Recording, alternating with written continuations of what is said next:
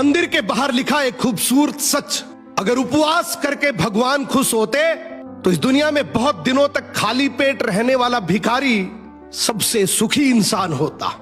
उपवास अन्न का नहीं, विचारों का करे।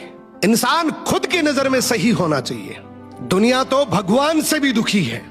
कंठ दिया कोयल को तो रूप छीन लिया, रूप दिया मोर को तो इच्छा छीन ली, दी इच्छा इंसान को तो संतोष छीन लिया, दिया संतोष संत को तो संसार छीन लिया। मत करना कभी गुरूर अपने आप पर ए इंसान। भगवान ने तेरे और मेरे जैसे ना जाने कितनों को मिट्टी से बनाकर मिट्टी में ही मिला दिया।